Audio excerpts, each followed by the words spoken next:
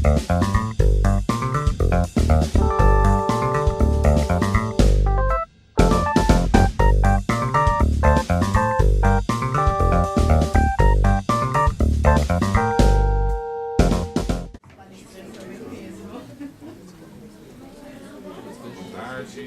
tarde a todas, a todos. Me apresentar, para quem não me conhece, meu nome é Davi Depiné, sou defensor público, ocupo atualmente o cargo de defensor público geral. Queria inicialmente parabenizar, não pude estar aqui na parte da manhã, mas queria parabenizar o Núcleo Especializado de Direitos Humanos da Defensoria Pública do Estado de São Paulo pela organização deste seminário, com um roteiro fantástico de palestras. Certamente vai ser um material muito útil para todos os colegas, todos aqueles que atuam com os direitos humanos, tanto defensores quanto fora da defensoria, com material de consulta, de análise posterior.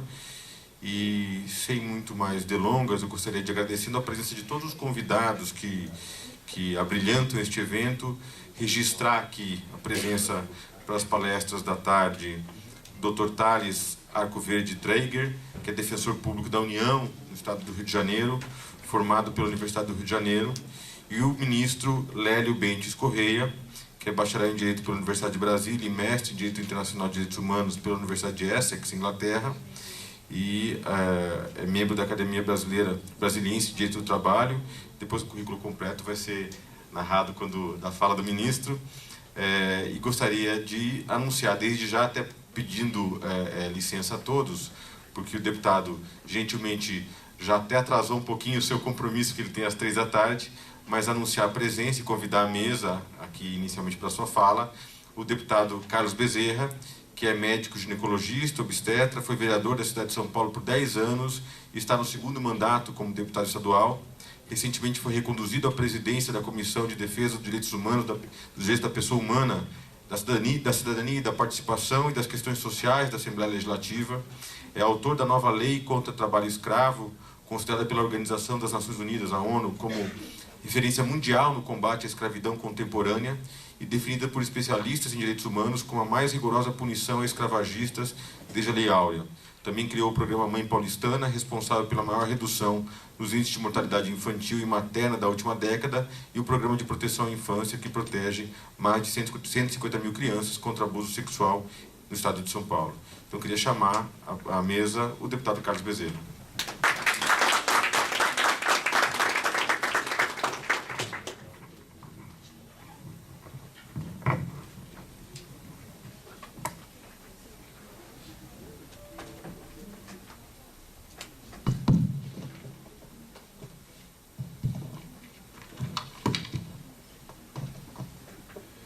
Muito boa tarde a todos e a todas.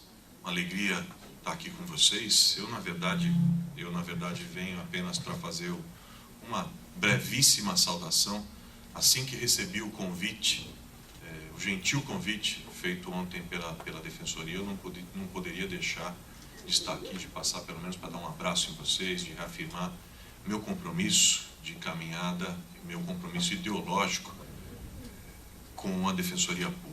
Eu quero nesse sentido agradecer, mas eu tenho uma reunião a seguir no Palácio dos Bandeirantes, onde a gente está discutindo a questão da redução de uma plataforma comum, conjunta, pela redução de homicídios no estado de São Paulo, especialmente homicídios voltados para a temática voltada para a adolescência.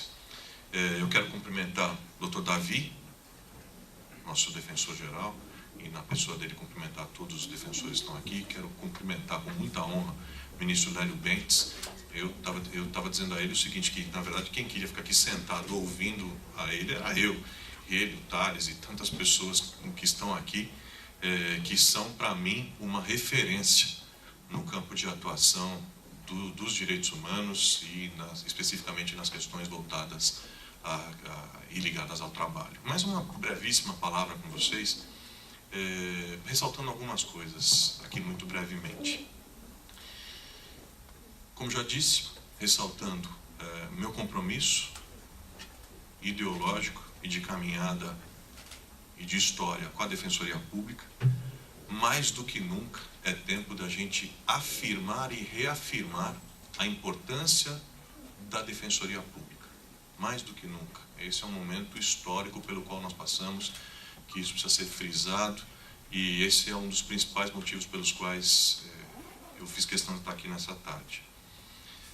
Esse debate que acontece aqui hoje, eu queria cumprimentá-los por promover esse debate, porque eu penso que esse debate se reveste de uma importância ainda maior pela conjuntura que a gente vive. Conjuntura de uma crise política, passamos por outras no Brasil, mas essa sem dúvida, é talvez das mais agudas e aprofundadas crises pelas quais passamos. Um momento em que se discutir direitos humanos, como eu dizia, se reveste de importância ainda maior, porque a gente vive uma conjuntura onde são feitas reformas, como a reforma trabalhista, pouquíssimo discutidas, com pouquíssima transparência. Eu escrevi um artigo recente, agora, à Folha de São Paulo, onde eu fazia, aliás, até para deixar claro, a partir do locus de onde eu falo, mas onde eu deixei claro, por exemplo, onde eu cobrava algumas incoerências do meu partido. Porque eu olhava para aquilo tudo e via o seguinte: meu partido havia feito uma carta-compromisso, assinado uma carta-compromisso, para uma carta-compromisso que garantiria o apoio com relação a esse governo, que seria um governo de transição, que o presidente Fernando Henrique chamou de pinguela. Uma carta com 15 compromissos, onde o primeiro compromisso era a discussão do parlamentarismo. Entre alguns compromissos, a garantia de gastos e de investimentos relacionados às questões sociais, saúde, educação. De repente, o que se vê é que essas discussões sumiram, foram tiradas da pauta. Sim, e da reforma política. Todos esses temas foram tirados da pauta e apareceu a reforma trabalhista como a grande solução de todos os problemas do país. Uma reforma que nunca foi debatida, que foi pouquíssimo discutido e, pior, partindo de uma premissa equivocada de que precarização de direito do trabalho geraria emprego. Há vários estudos hoje mostrando, no mundo todo, mostrando experiências que vão exatamente na direção contrária. Mas, a partir dessa falsa premissa, se traz essa discussão que vem à pauta. E, para minha tristeza, para minha contrariedade, meu partido apoia, mas eu reafirmo aqui mais uma vez, as posições que tenho tido internamente e externamente. Primeiramente, fora Temer. Mas reafirmo a minha posição sobre o aspecto de que está absolutamente convencido que não é transferindo a conta do desgoverno para a mesa do trabalhador, punindo o trabalhador mais pobre, precarizando suas condições de trabalho, que nós vamos resolver o problema econômico do nosso país. Aliás, no mesmo texto, eu dizia que seria muito oportuno, por exemplo, que o projeto de lei do então senador Fernando Henrique Cardoso sobre taxação de grandes fortunas fosse trazido à pauta e fosse votado nesse momento, precedendo a reforma trabalhista.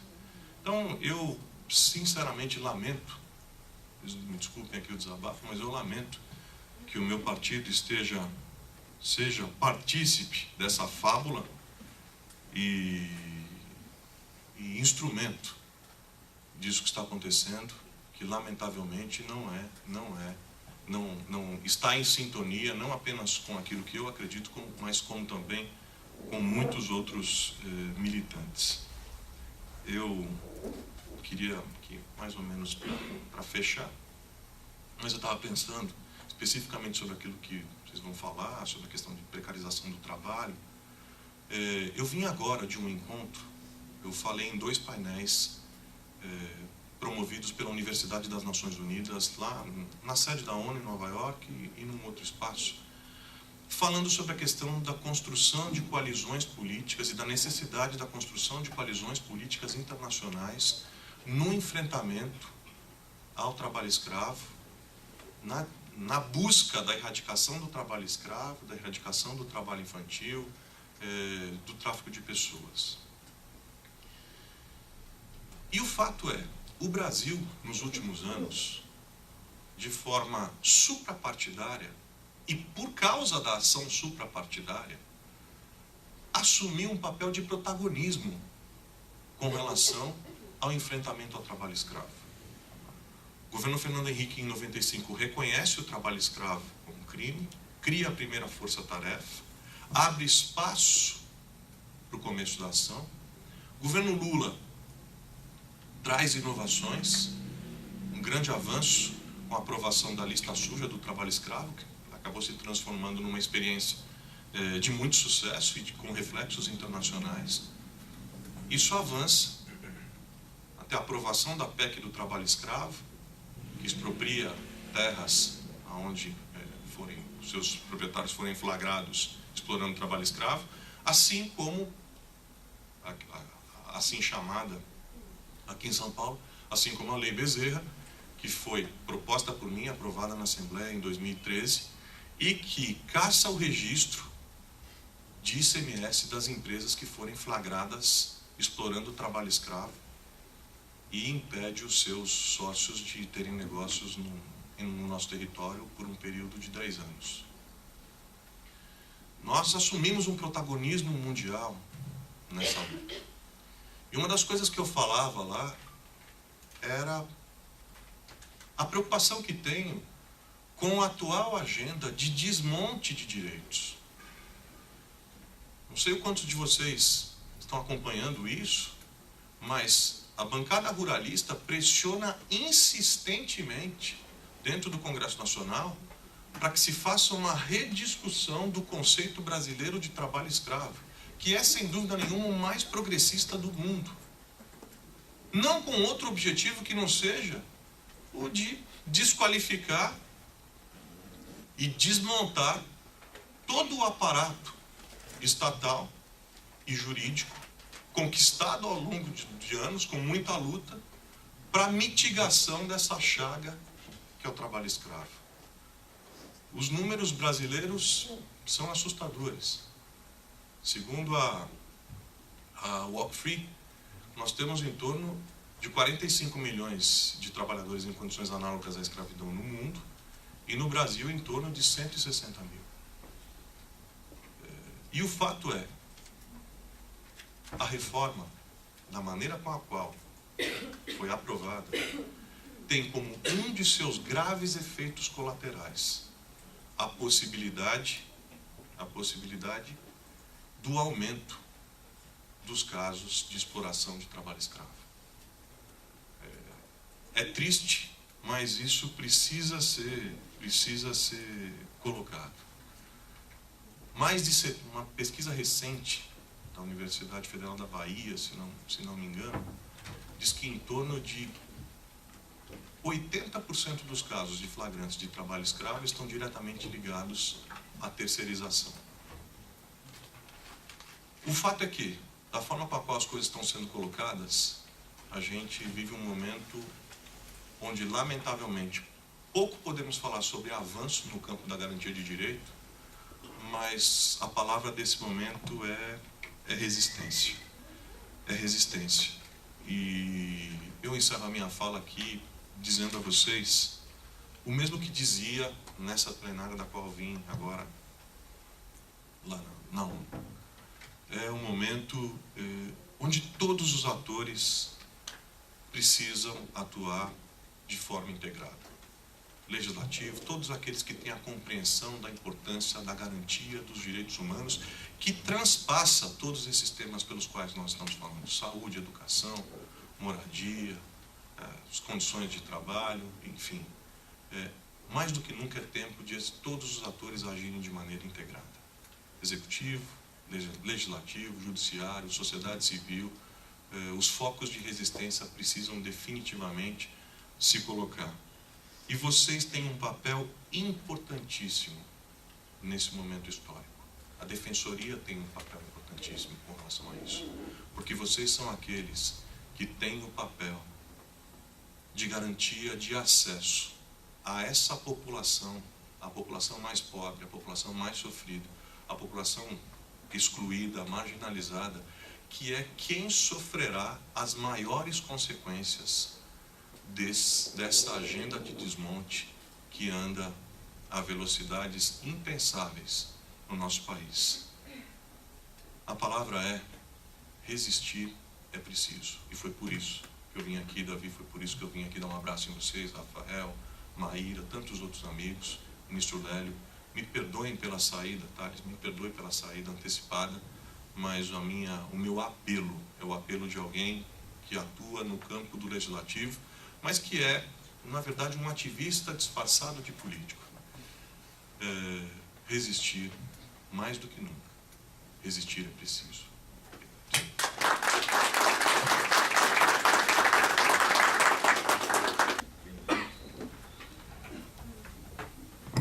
Dando já prosseguimento aqui, agradeço novamente a presença do deputado Carlos Bezerra. Eu já chamo à mesa os próximos dois palestrantes, Dr. Thales Arcoverde Traiger, defensor público da União do Rio de Janeiro, formado pela Universidade Federal do Rio de Janeiro, e o ministro do TST,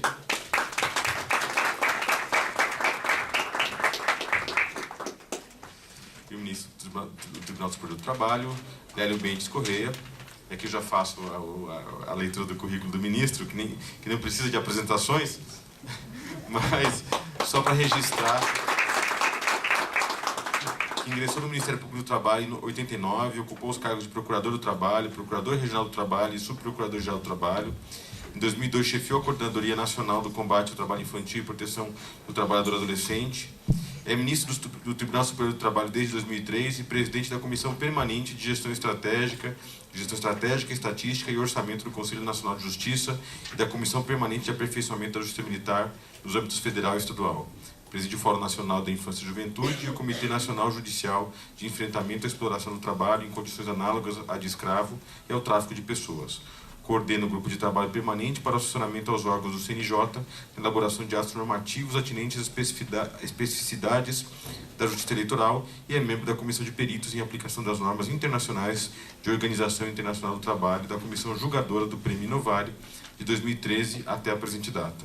Então, com a palavra, os nossos palestrantes, alguma ordem já na fala?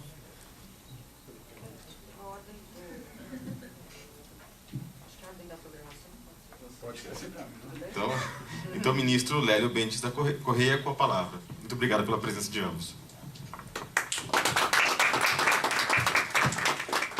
Eu é que agradeço, excelentíssimo defensor público, que chefia esta unidade, essa valorosa instituição. Eu só gostaria de agregar ao currículo que foi lido um dado que de fato não consta, mas que é determinante na minha formação, que é o fato de eu ter começado a minha carreira jurídica como... Oi? Trocar? Eu ter começado a minha militância no direito como estagiário da Defensoria Pública do Distrito Federal e Territórios. Ali descobri o valor da justiça social. Ali descobri a importância de buscar fazer a diferença. Como a nossa atuação do auxílio dos mais vulneráveis, dos que não têm qualquer alento, que, aliás, não se julgam sequer credores da atenção do Estado. Pode fazer a diferença que podemos fazer na vida dessas pessoas. Se me permitem, antes de adentrar o tema específico da reforma trabalhista brasileira, o nobre deputado Bezerra foi muito feliz na sua fala de abertura, ao exortar a reflexão e a luta. Não é? Recentemente recebi um desses memes comentando acerca da reforma trabalhista, que luto é verbo. E é fundamental que estejamos conscientizados de que este é um momento de luta, e não de luto. Mas para contextualizar esse processo e esse sentimento numa perspectiva um pouquinho mais ampla dos direitos econômicos, sociais e culturais, eu gostaria de inicialmente trazer uma breve anedota, uma breve passagem da história de Nehru, o Mahatma Gandhi. Nehru foi o primeiro líder, o primeiro governante da Índia independente nos idos da década de 40 do século passado, e era discípulo de Mahatma Gandhi. E procurou então seu mentor e lhe pediu um conselho. Perguntou: mestre, o que eu preciso para ser um governante justo? E recebeu de resposta um trecho que se tornou célebre na história de Mahatma Gandhi, conhecido como o talismã de Gandhi. Gandhi respondeu: eu vou lhe dar um talismã. Todas as vezes que você for tomar uma decisão importante, pense na pessoa mais humilde, mais desvalida, mais sem direito, mais oprimida que você já conheceu na sua vida. E eu acho que essa não é uma realidade infrequente no dia a dia dos defensores e defensoras públicos. Pensando nessa pessoa, se pergunte: a decisão que eu vou tomar vai de alguma forma afetar o modo de vida dessa pessoa? Vai lhe trazer benefício? Vai lhe trazer empoderamento? Vai lhe trazer liberdade? Vai lhe trazer conforto? E aí, disse Gandhi, você perceberá que as suas dúvidas e o seu ego se dissiparam.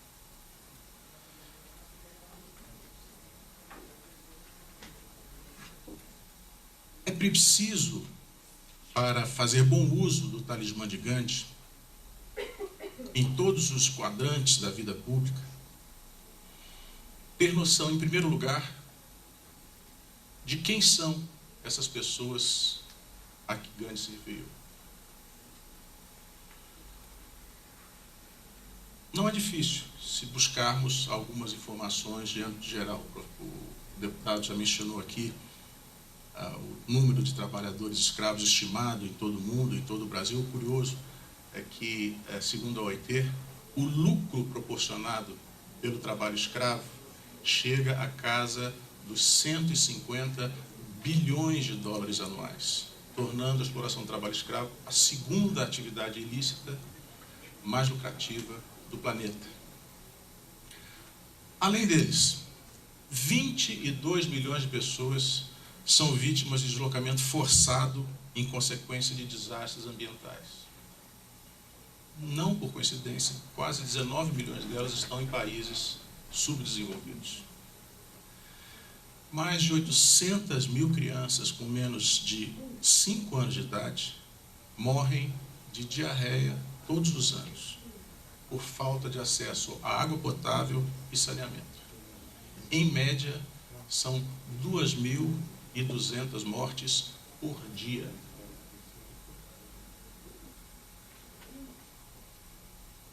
Não há dúvida de que esses fenômenos, consequência de uma distribuição não equitativa de riquezas, do agravamento da condição econômica e do abismo que separa os que têm daqueles que nem sequer podem vir sonhar a ter,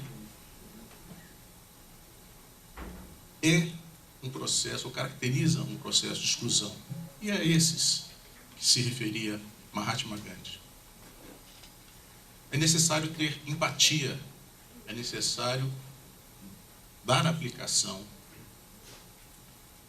à alteridade e reconhecer que, ao me colocar no lugar do outro e ao reconhecer nele o valor intrínseco de todo ser humano, é que se justifica a minha existência, a minha atuação, seja profissional, em qualquer ramo da atividade pública.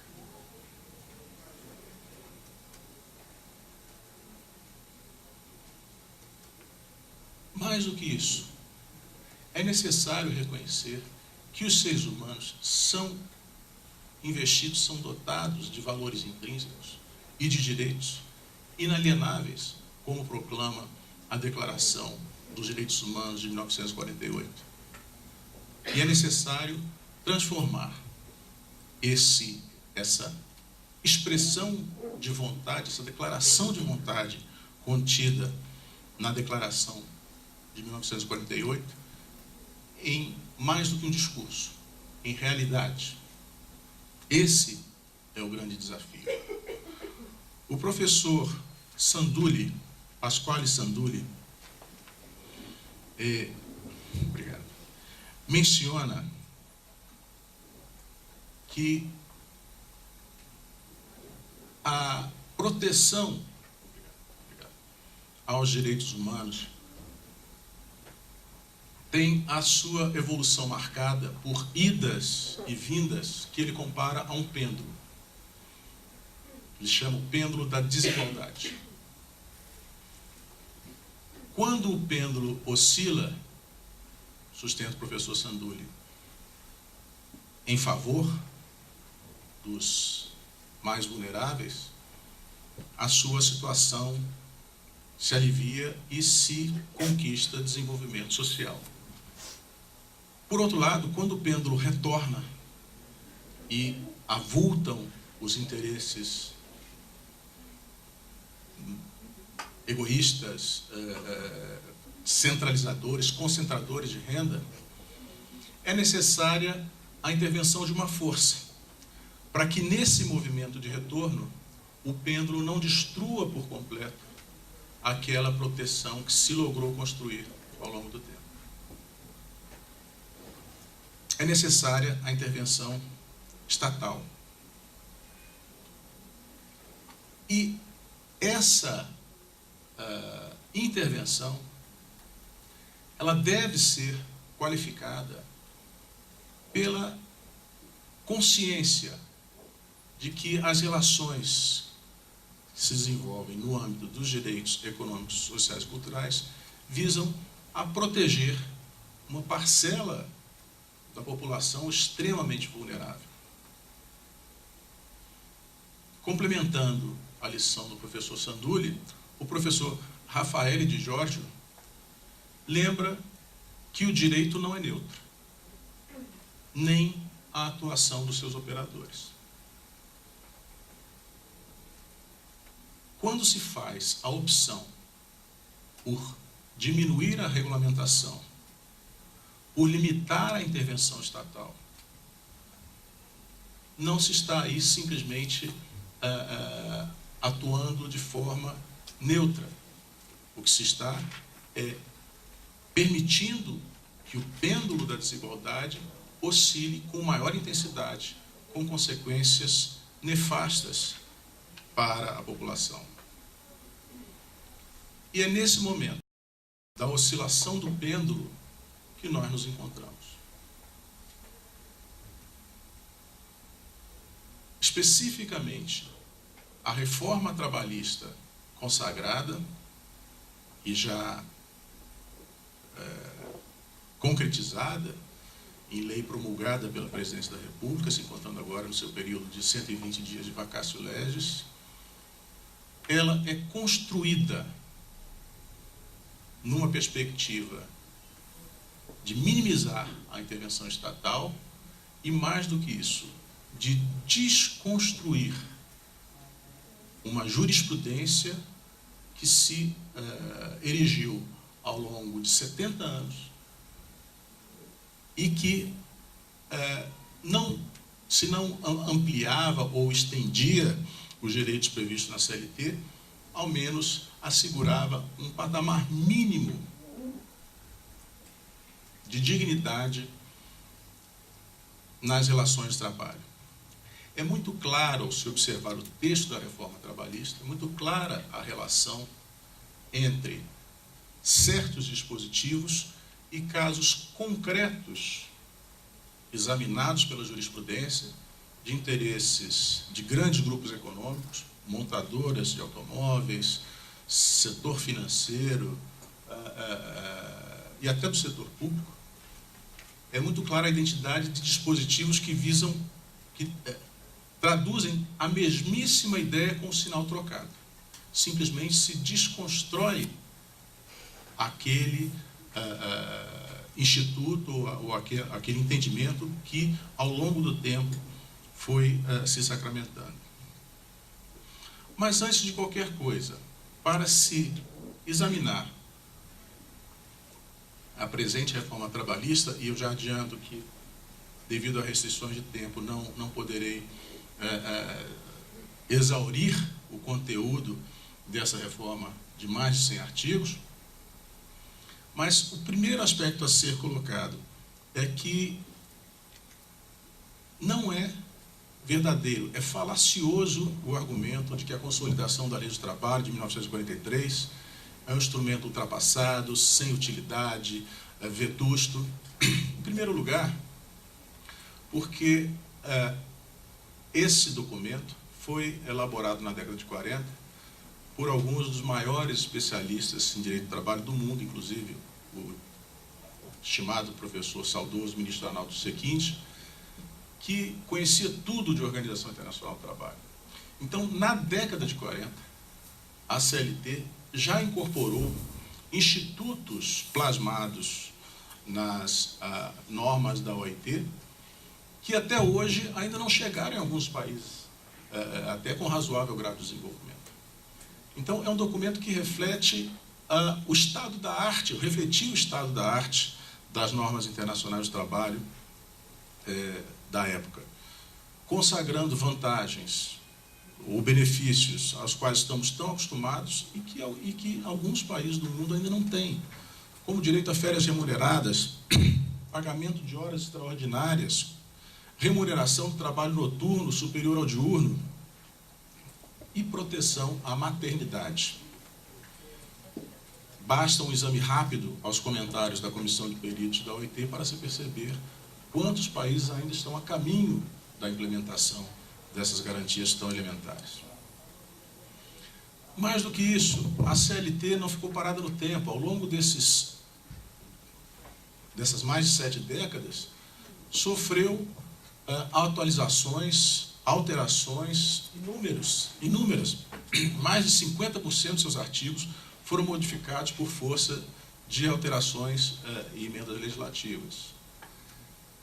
Tudo isso somado ao fato de que a própria CLT prevê um mecanismo de atualização e adequação às peculiaridades de cada categoria econômica e profissional, ao consagrar o Instituto das Convenções e Acordos Coletivos de Trabalho, desde que observadas as garantias mínimas estabelecidas na lei. Ou seja, a convenção existe para avançar na conquista de direitos e não para eliminá-los.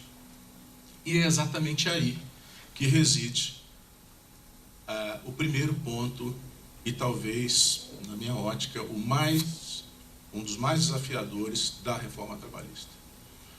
Porque a reforma trabalhista estabelece, no artigo 611-A da CLT, o princípio da prevalência do negociado sobre o legislado. Ou seja, as convenções e acordos coletivos podem dispor sobre todos os temas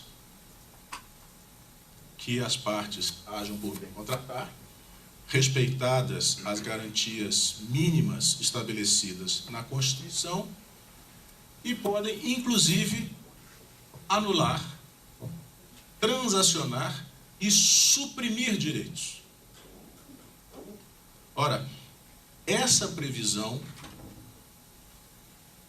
que do meu conhecimento não consta em qualquer outra legislação do mundo, ela, segundo a Organização Internacional do Trabalho, é contrária à própria natureza do Instituto da Negociação Coletiva. A comissão de peritos da OIT, composta por 20 peritos independentes de todos os continentes do mundo e referendados pelo Conselho de Administração da OIT, nos seus comentários de 2016, examinados agora em 2017 na conferência, afirma que a introdução de uma possibilidade geral de diminuir, por meio de negociação coletiva, as proteções estabelecidas na legislação em favor dos trabalhadores teria um forte efeito dissuasivo sobre o exercício do referido direito e poderia contribuir para deslegitimar de forma duradoura esse mecanismo. Concluindo que uma disposição legal que instituísse a derrogabilidade geral da legislação por meio da negociação coletiva seria contrária ao objetivo de promoção da negociação coletiva livre e voluntária prevista pela Convenção 98 da OIT. Essa convenção foi ratificada pelo Brasil em 1952.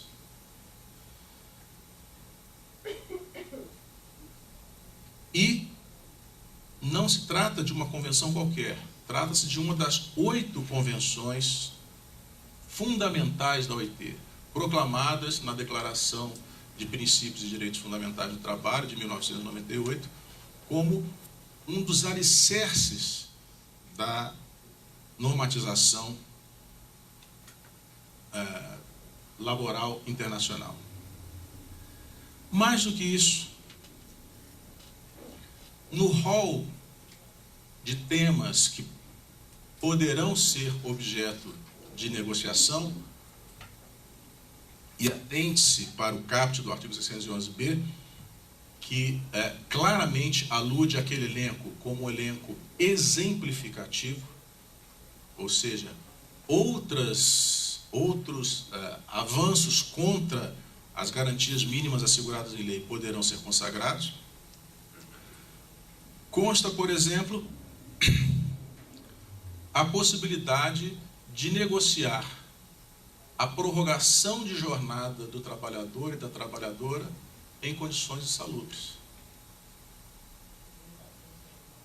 desgastando de forma fatal a proteção concedida pelo artigo 7º, 22 da Constituição da República, que estabelece como direito do trabalhador a proteção contra os riscos inerentes ao trabalho. Ora, se o princípio constitucional assegura como direito a proteção contra esses riscos, como pode a lei ordinária estabelecer a possibilidade de disposição da proteção outorgada constitucionalmente? Mais do que isso, a reforma atenta contra princípios elementares e fundamentais do direito do trabalho. O professor Américo Plá Rodrigues tem uma obra conhecidíssima, celebradíssima, sobre os princípios do direito do trabalho, e entre eles elenca o princípio da primazia da realidade. Ou seja, não importa a forma que se pretenda dar às relações, o que importa é o conteúdo dessas relações. E a própria lei da reforma trabalhista estabelece, pondo por terra de forma completa esse princípio, uma figura que, mais do que inovadora, ela se revela contrária ao bom senso e à lógica, que é a do trabalho autônomo, exclusivo e permanente. Como pode um trabalhador autônomo, prestar sua força de trabalho de forma exclusiva e contínua ou permanente a um tomador, sem que aí se caracterize uma relação de emprego. E atende-se muito particularmente para esse dispositivo. A reforma, como nós sabemos, foi defendida, foi disseminada, sobretudo no meio de comunicação, como a solução para o impasse, para a crise econômica que o país atravessa, como uma ferramenta necessária para o incremento do número de empregos formalizados.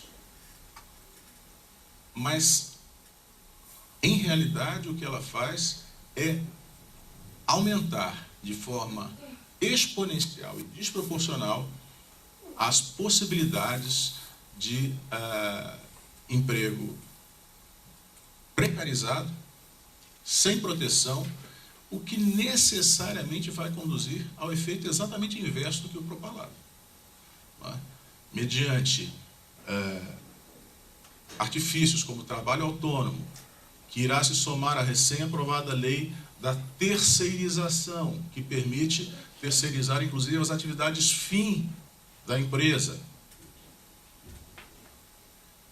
Perceba-se, não se trata de terceirizar com o objetivo de obter um ganho logístico ou de produtividade. Trata-se da possibilidade de terceirizar a própria atividade empresarial. Nós estamos falando aqui de hospitais sem médicos, de escolas sem professor. Aliás, o próprio Congresso Nacional, de certa forma, já fez uso da lei quando o Senado Federal aprovou um parecer que apontava inúmeros vícios no projeto da reforma trabalhista, mas terceirizava para o presidente da República o indicativo de veto. O artigo 444 da nova CLT, ou como queiram chamar, atribui a estipulação direta entre empregado e empregador preponderância sobre as normas coletivas, desde que o empregador seja portador de diploma de nível superior e perceba um salário igual ou superior a aproximadamente hoje R$11.062.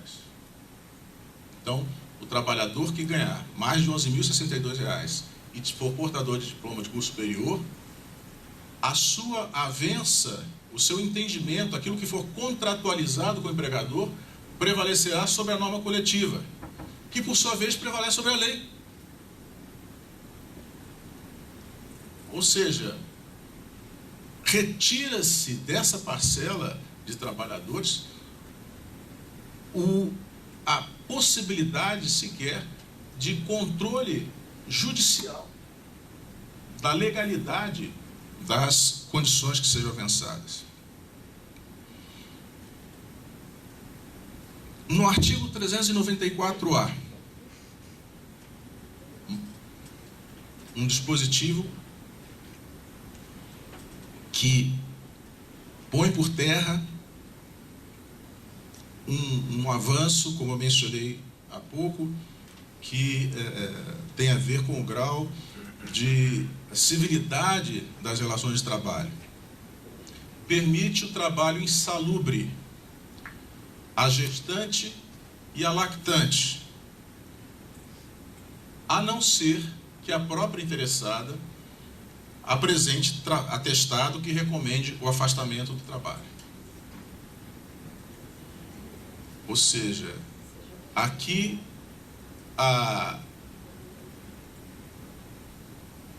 os efeitos da reforma transcendem o espectro dos direitos da própria trabalhadora e vão também prejudicar o nascituro ou o recém-nascido.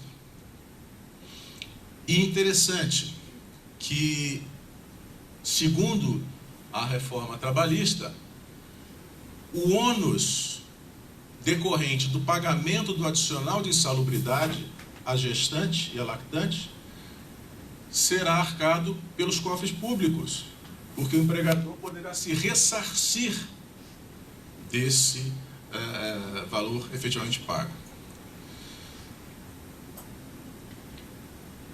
No artigo 223G, prevê-se a tarifação dos valores pagos a título de indenização por danos extrapatrimoniais.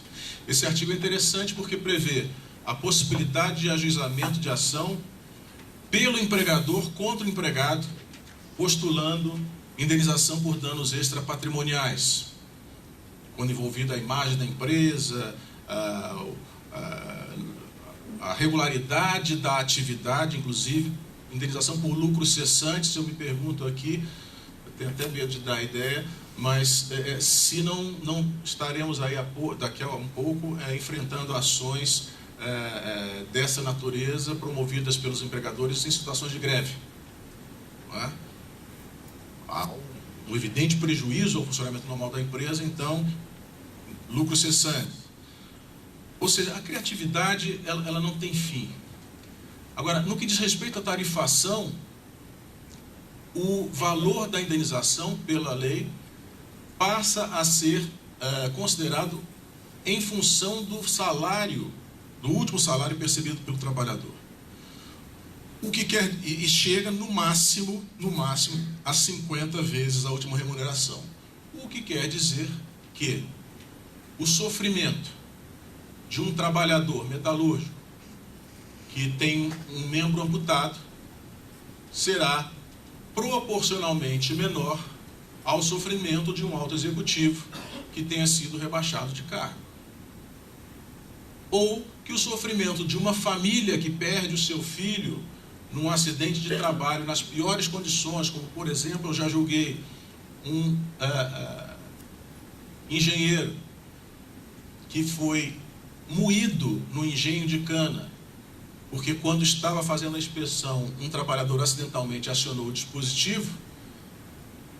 Esse trabalhador do meio rural, com uma retribuição normalmente menor do que aquela auferida no meio urbano, terá também uma mensuração em função de um critério puramente econômico e absolutamente desigual. E não há dúvida quanto ao retrocesso social consagrado por outros tantos dispositivos que, inclusive, retroagem ou levam o nosso país a daquela situação que eu mencionava, da vanguarda nos direitos sociais, a uma situação muito menos desejável. No artigo 58, parágrafo 2º, estabelece a supressão do direito ao recebimento das horas de percurso. Isso eu menciono porque há casos documentados, julgados pelo Tribunal Superior do Trabalho. Há situações em que os trabalhadores percorrem do portão do empreendimento ao local da prestação de serviço 1h30. Ou seja, são 3 horas por dia de disposição do empregador sem remuneração. Não obrigatoriedade da participação do sindicato nas dispensas imotivadas coletivas. Aqui uma resposta clara da lei, como eu mencionava antes, a jurisprudência que se desenvolveu a partir do caso das dispensas imotivadas da Embraer. Proibição da incorporação de gratificações auferidas por longo período, ainda que, ou por qualquer motivo, ainda que por um motivo injustificado, suprimindo uma proteção hoje cediça na jurisprudência. O que se pergunta a essa altura, perdoe, antes eu vou apenas fazer mais uma alusão, porque não posso deixar de fazer, a figura do trabalho intermitente. Cria-se um novo tipo de contrato, baseado numa experiência de uma grande cadeia de alimentação, que estabelecia o seguinte: alguns empregados eram contratados, só que outros iam para o trabalho. Se houvesse movimento na lanchonete, assumiam um posto de trabalho e recebiam por isso. Se não houvesse trabalho, não recebiam. Pois bem, esse regime que foi rechaçado unanimemente pela jurisprudência nacional passou a ser legalizado com as disposições do artigo 452-A. O empregador pode estabelecer a contratação do trabalho intermitente e tem a obrigação de comunicar ao empregado com 3 dias de antecedência que precisará do empregado. Se o empregado aceitar, ele poderá, nesse dia que o empregador precisará, receber algum trabalho, pouco trabalho ou trabalho nenhum, e só receberá pelo tempo efetivamente trabalhado. Mas, ao final do mês, como dificilmente o somatório dessas horas esparsas trabalhadas chegará ao valor do salário mínimo, incumbirá ao empregado o recolhimento da Previdência Social se quiser ter direito a benefícios previdenciários. E se o empregado aceitar a proposta de trabalho e não comparecer, ficará devedor de uma multa de 50% do valor das horas que deveria trabalhar. Isso sem falar nas limitações de índole processual, infelizmente o meu tempo já se foi, que também tornam para o empregado uma aventura extremamente onerosa se socorrer do seu trabalho. E ao mesmo tempo que se dificulta o acesso do empregado ao seu trabalho, mediante, por exemplo, a instituição da sucumbência recíproca, da obrigatoriedade de pagar as custas do processo arquivado, sob pena de não poder mais ajuizar a reclamação trabalhista, e isso vale para o beneficiário da justiça gratuita. Ao mesmo tempo, estabelece que os juízes do trabalho estarão à disposição para homologar rescisões contratuais, ou, melhor dizendo, acordos extrajudiciais trabalhistas. Ou seja, pretende transformar o seu trabalho numa instância burocrática, homologatória desses acordos, com a mal disfarçada finalidade de atribuir a esses acordos efeito de coisa julgada e efeito liberatório das obrigações do empregador. A essa altura, o que se indaga é: essa reforma efetivamente traz segurança jurídica? Haja vista a quantidade de dispositivos de constitucionalidade, vamos dizer, por eufemismo, questionável, e absoluta irreconciliabilidade com o princípio da vedação do retrocesso? Esses dispositivos vão aquecer a economia? Vão favorecer a criação de empregos formais, decentes, em condições de dignidade? Eu tenho a mais absoluta convicção de que não. E diante dessas circunstâncias, o papel a ser desempenhado pelo sistema de justiça é fundamental. Como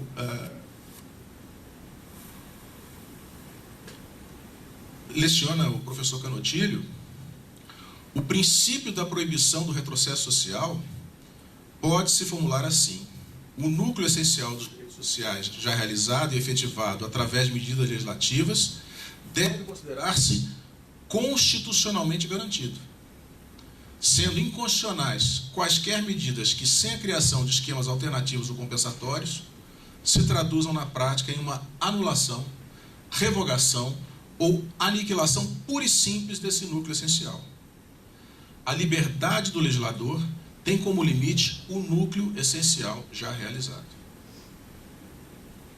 Para que se tenha uma ideia, o Brasil tem em vigor 80 convenções da Organização Internacional do Trabalho, devidamente ratificadas, incorporadas ao ordenamento jurídico, com status supralegal, porque, sem dúvida, são normas de direitos humanos.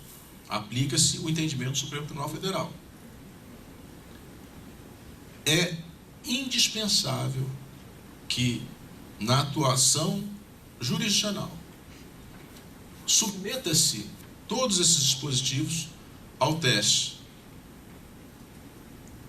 de compatibilidade com o princípio da vedação do retrocesso e de controle de convencionalidade, assim como é óbvio o controle de constitucionalidade.